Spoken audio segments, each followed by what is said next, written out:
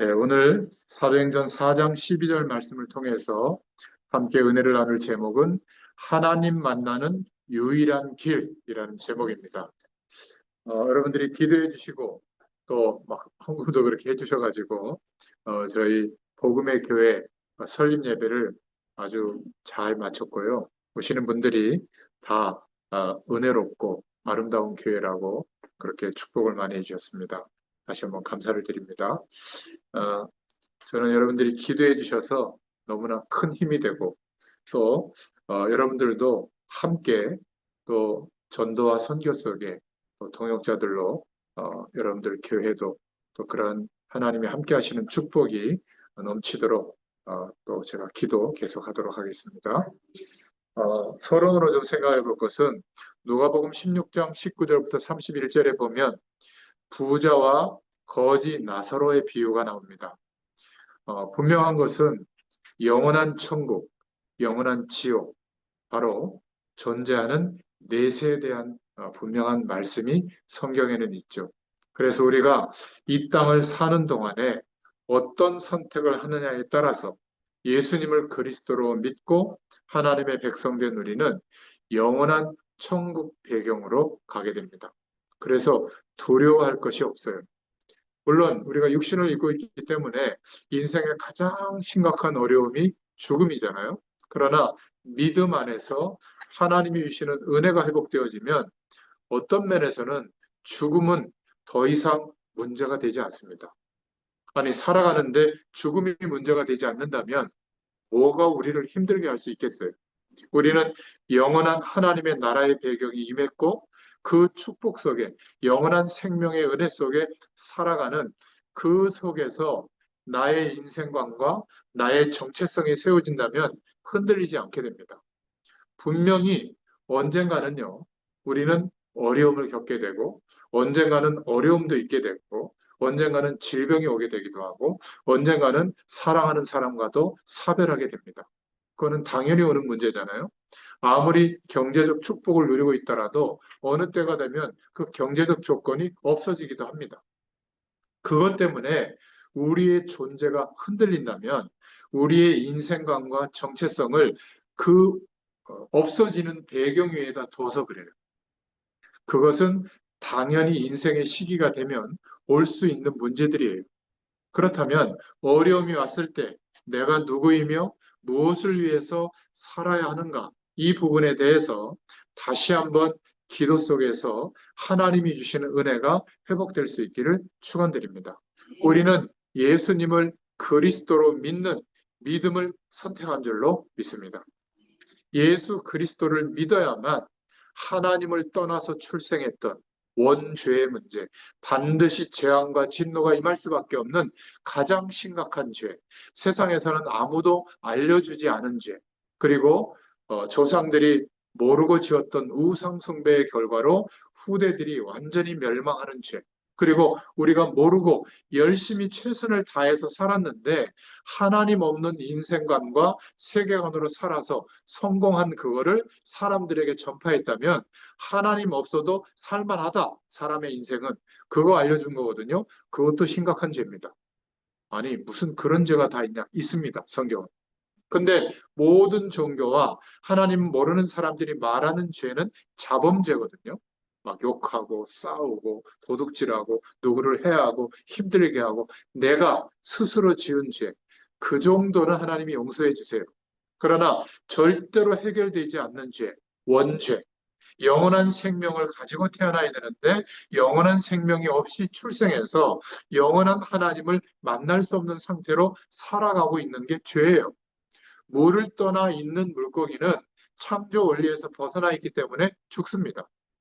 인간은 생물학적으로 우리가 생각하는 그런 인간이 아니라 영적인 존재로 하나님이 창조했기 때문에 영원한 하나님을 만나야 하고 영원한 하나님과 함께하는 축복을 알게 돼야 돼요. 그래야 만족이라는 게 옵니다.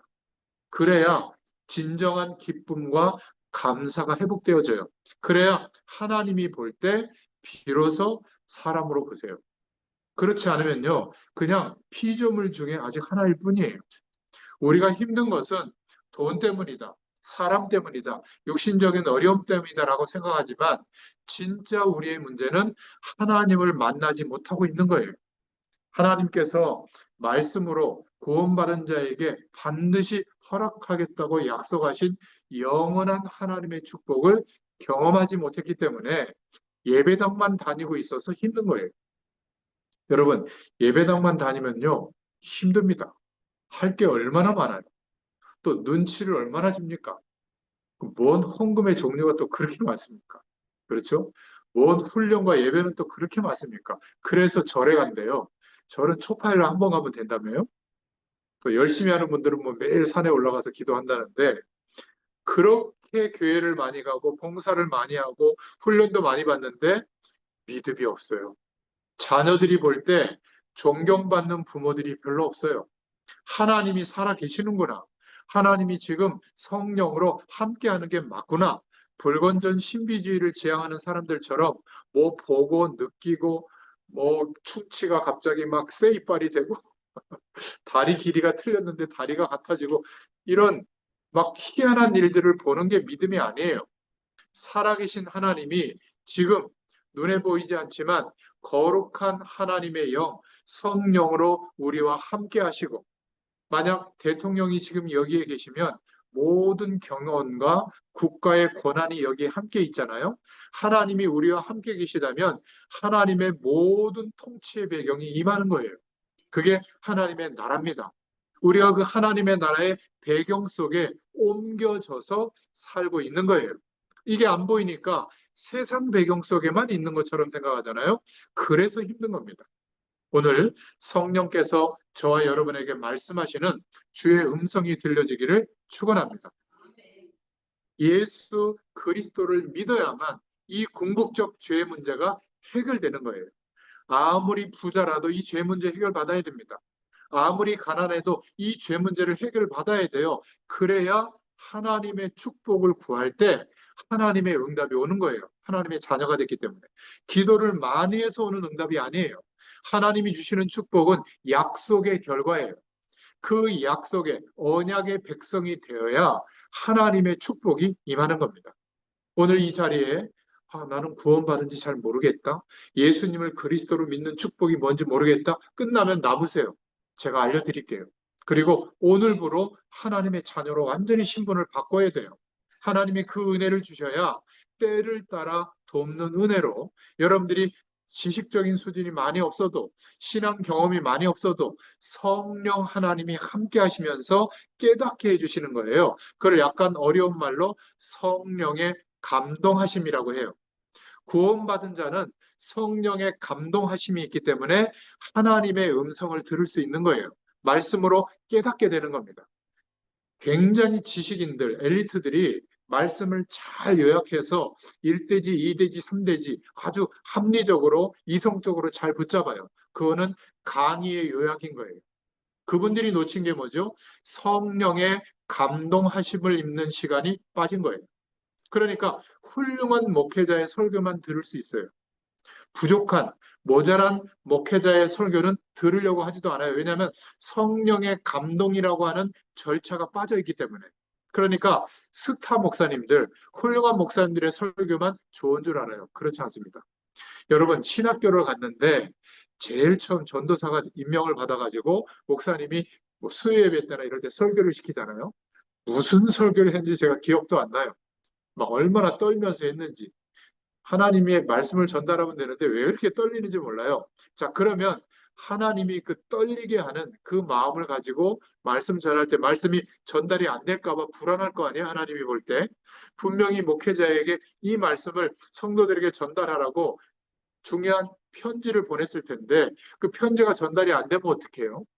지금 저처럼 능숙하게 말씀을 전하면 좋은데 막 주소도 없고 막 떨면서 원고도 안 보이고 이러면 어떻게 전합니까? 그때 하나님이 하시는 일이 있어요. 어떤 일을 하시는 줄 아세요? 기적을 베풀어 줍니다. 성도들에게, 말씀을 듣는 성도들에게 하나님이 보내신 편지가, 말씀이 전달되도록 기적을 베풀어 주세요. 자, 그러면 저처럼 안 떨고 말씀 전하는 목회자와 떨면서 말씀 전하는 목회자에게 설교를 들을 때 어떤 것이 여러분들에게 유익할까요? 기적을 베풀어 줄 때가 더 좋은 거 아니에요? 근데 우리는 거꾸로 생각하는 거예요. 좋은 말씀이다. 훌륭한 말씀이다. 그것은 우리에게는 도움이 되지만 영적으로 볼 때는 손해가 될 가능성도 있습니다. 그래서 여러분들이 기도하실 때 주의 종의 말씀을 통해서, 입을 통해서 전달되는 그 말씀도 중요하지만 나의 심령 가운데 부딪히게 하셔서 내 심령에 담게 하시는 성령의 감동하심으로 깨닫게 하시는 말씀을 붙잡아야 돼요. 그러려면 예배를 마치고 그 말씀을 생각해보고 묵상해보고 기도하는 시간이 있어야 되는 거예요. 하나님 이렇게 내게 해주세요. 저렇게 해주세요. 그 기도 말고 말씀에 대해서 성령의 음성을 들을 수 있는 말씀을 묵상하는 기도의 시간이 필요합니다. 그래서 제가 이 시간에 증거한 말씀은 영상 자료로도 음성 자료로도 올려드리잖아요. 한번 이어폰으로 꽂고 들으면서 한번 기도해 보세요. 그러면 이 시간에 깨닫지 못했던 성령의 음성을 또 깨닫게 해주실 거예요. 똑같은 말씀을 매일 듣는데 새롭게 깨닫게 해주실 거예요. 저는 말씀을 증거하지만 이 말씀이 저에게도 필요하다고 믿고 있거든요. 그래서 또 들어요. 또 듣고 묵상해 보면 또 깨닫게 해주세요. 그거를 저는 저희 교회를 섬기고 있으니까 저희 교회 제가 증거할 말씀이지만 제게 주시는 말씀이라고 생각해서 강단의 말씀을 또 생각하고 묵상하면 깨닫게 해주시잖아요. 그거를 생각한 거를 기록해서 올리는 게 아침에 묵상한 거를 올리는 겁니다. 여러분도 한번 그렇게 올려보세요. 한 줄이라도. 살아있는 말씀이 지금도 내게 역사하는 것을 경험하시게 될 거예요. 그러면 이상한 막 그 현상을 경험하지 않아도 돼요. 지금 말씀으로 역사하시는 하나님이 내게 실제가 되고 있는데 뭐가 부족하겠습니까? 이 은혜가 있기를 축원합니다. 오늘 그러면 본론의 내용을 간단하게 설명할 수 있습니다. 지금 멸망 상태에 빠져 있는 사람들이 있죠. 첫 번째로 창세기 3장에 선악과 약속을 어기고 하나님을 떠난 그 이후에 하나님을 떠난 상태로 살아가기 때문에 하나님을 만날 수 없는 상태, 멸망 상태에 빠지게 된 사람들이 그때부터 아담과 이후에 살아가는 사람들이었습니다. 로마서 3장 10절, 로마서 3장 23절에 모든 사람이 죄를 범하였음에 바로 원죄를 말해요. 원죄를 가졌기 때문에 아무리 발버둥 쳐도 멸망 상태에서 살아가는 겁니다. 그러다가 어느 날 경제 문제가, 그러다가 어느 날 사람과의 문제가, 그러다가 어느 날 질병의 문제가 들이닥치니까 끝났다고 생각하는 거예요. 아니죠. 오히려 기회가 온 겁니다. 이 원죄의 문제를 해결할 진짜 복음의 내용을 붙잡을 기회가 온 거거든요. 사람들은 창세기 3장에 출현한 사단의 손에 그대로 장악되어져서 살고 있습니다. 에베소서 2장에 보면 본질상 진노의 자녀다. 그리고 허물 가운데 사로잡혀 있다. 이렇게 말하고 있잖아요. 저주받은 영혼이 되었기 때문에 자연히 하나님께 속하지는 못하고 사단에게 종노릇하는 인생으로 살아가게 되는 겁니다. 현실적으로도 실패를 하게 되고 이 세상을 떠날 때 지옥 배경으로 가게 되는 것이죠. 그래서 구원받기 위해서 사람들은 몸부림치고 살아가고 있습니다. 그래서 찾은 노력이 진실하게 살면 하나님을 만날 수 있을까 생각하지만 더 실패가 와요. 우리의 마음을 비우고 청소하고 착하게 살잖아요. 귀신의 세력들이 들어와서 역사하기 좋은 심령의 상태가 되는 겁니다. 오히려 막 성격이 괴팍하고 이상하면요. 귀신의 세력이 자기 편인 줄 알고 별로 들어오지 않아요. 자기의 영역을 확장할 필요가 없잖아요. 저도 예전에는 성격이 아주 안 좋아가지고 사람들이 제가 이렇게 가면 막 피해 다녔거든요. 지금 그렇게 안 보이잖아요. 가끔 제가 축구를 할 때가 있거든요. 그때는 본 성질이 나옵니다. 막 욕도 하고 그러는데요.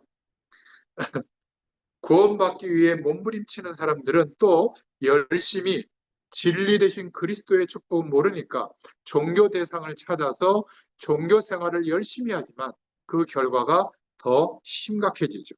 또 어떤 사람들은 지식의 배경, 철학의 배경, 이 세상에 많은 것들을 공부하면 될까 싶어서 인간의 본질을 찾으려고 하지만 그 궁극적 결말은 허무해집니다.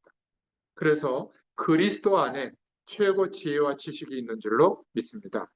사람의 노력, 그 어떤 노력으로도 절대 빠져나올 수 없는 멸망 상태가 하나님을 떠나서 살고 있었던 영적인 상태예요.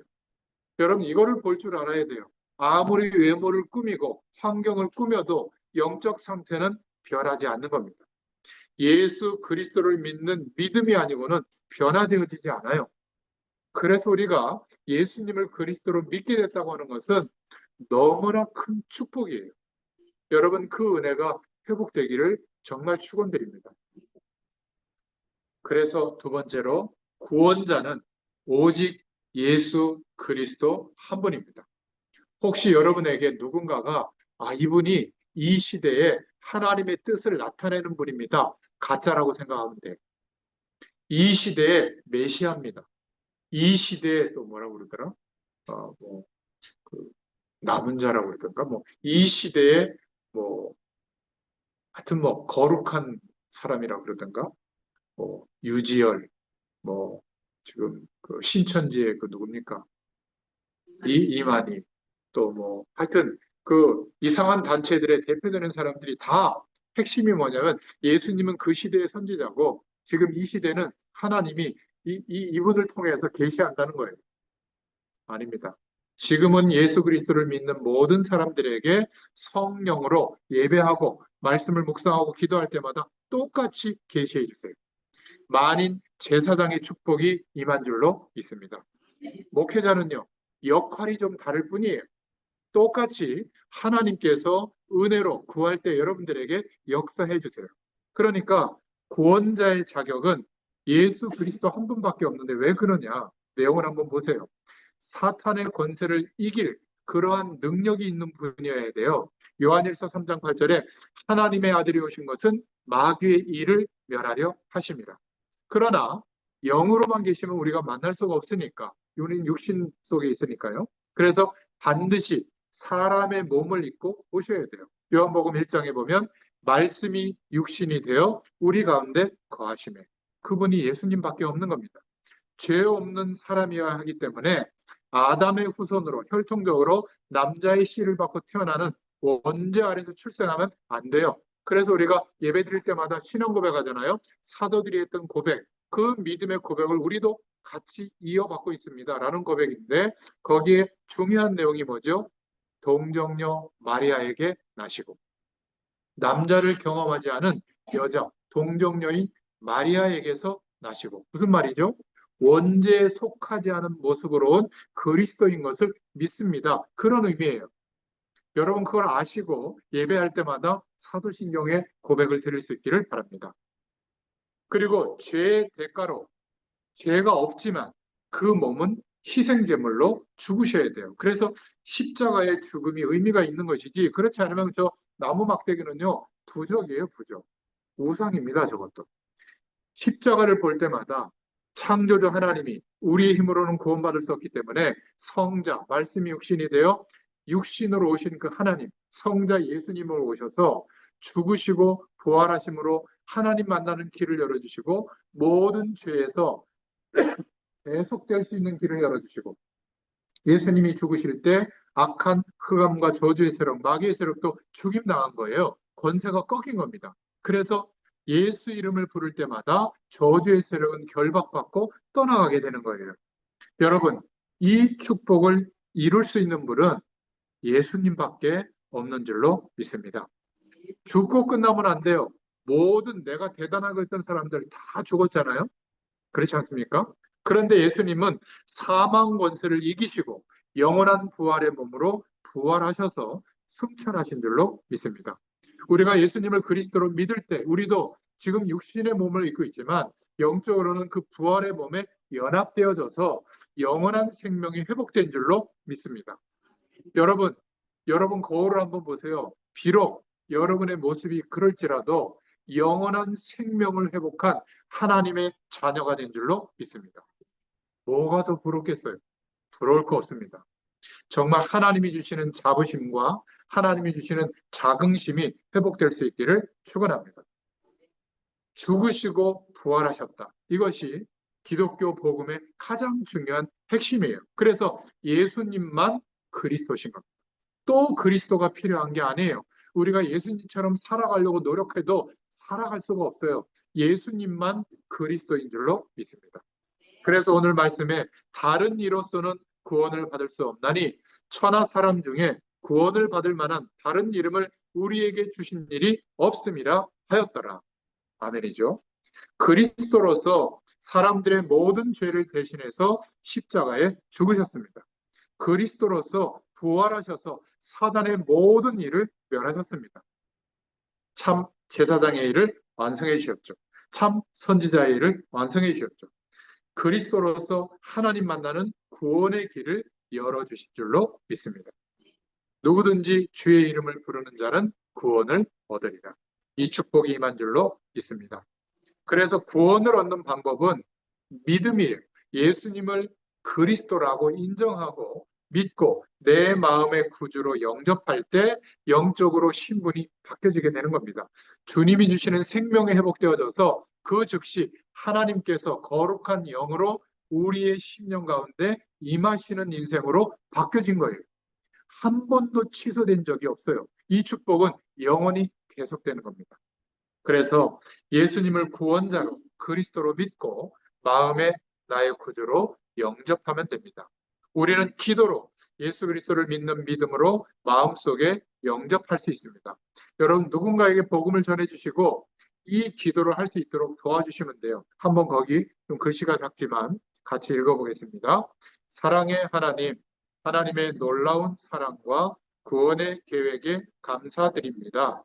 나는 멸망받을 수밖에 없는 죄인인 것을 깨닫고 회개합니다. 지금 내 마음의 문을 열고 예수님을 나의 구주, 나의 하나님으로 믿고 영접합니다. 나의 죄를 용서해 주시고 나를 구원해 주셔서 감사합니다. 이제부터 하나님의 뜻에 순종하며 살게 하여 주옵소서. 주 예수 그리스도의 이름으로 기도합니다. 아멘. 그러니까 한마디씩 따라하도록 기도해 주시면 됩니다. 사랑의 하나님 따라하면 또 하나님의 놀라운 사랑과 구원의 계획에 감사드립니다. 이렇게 따라할 수 있도록 그러면요. 이게 아무것도 아닌 것 같아도 이 사람의 영적인 축복이 바뀌는 거예요. 꼭 이 은혜를 여러분들이 누리시고 일평생 복음 증거하는 축복이 있기를 축원합니다. 세 번째로 그렇다면 예수 그리스도 안에서 살아가는 새로운 인생이 된 거예요. 가장 억울한 게 뭐냐면 내가 예수 믿었는데 하나님의 자녀가 됐는데 도대체 내가 어떤 축복의 사람이 됐는지를 모르고 희미하게 알고 있는 거예요. 이게 너무 안타까운 겁니다. 구원받으면 변하는 게 있는데요. 고린도서 5장 17절에 말하고 있죠. 하나님 만나기 전에 예수님을 그리스도로 믿기 전에 이전에 나는 이전 것은 지나갔다. 이제 그리스도 안에서 다시 태어났다. 거듭난 새로운 피조물이 된 줄로 믿습니다. 하나님이 보실 때 이렇게 보신다는 거예요. 옛 사람의 모습으로 보이는 게 아니에요. 하나님이 볼 때는 하나님의 자녀로 하나님의 영원한 축복을 누릴 새로운 피조물로 보고 계시는 겁니다. 그리고 요한복음 1장 12절에 하나님의 자녀가 된 권세가 임한 거예요.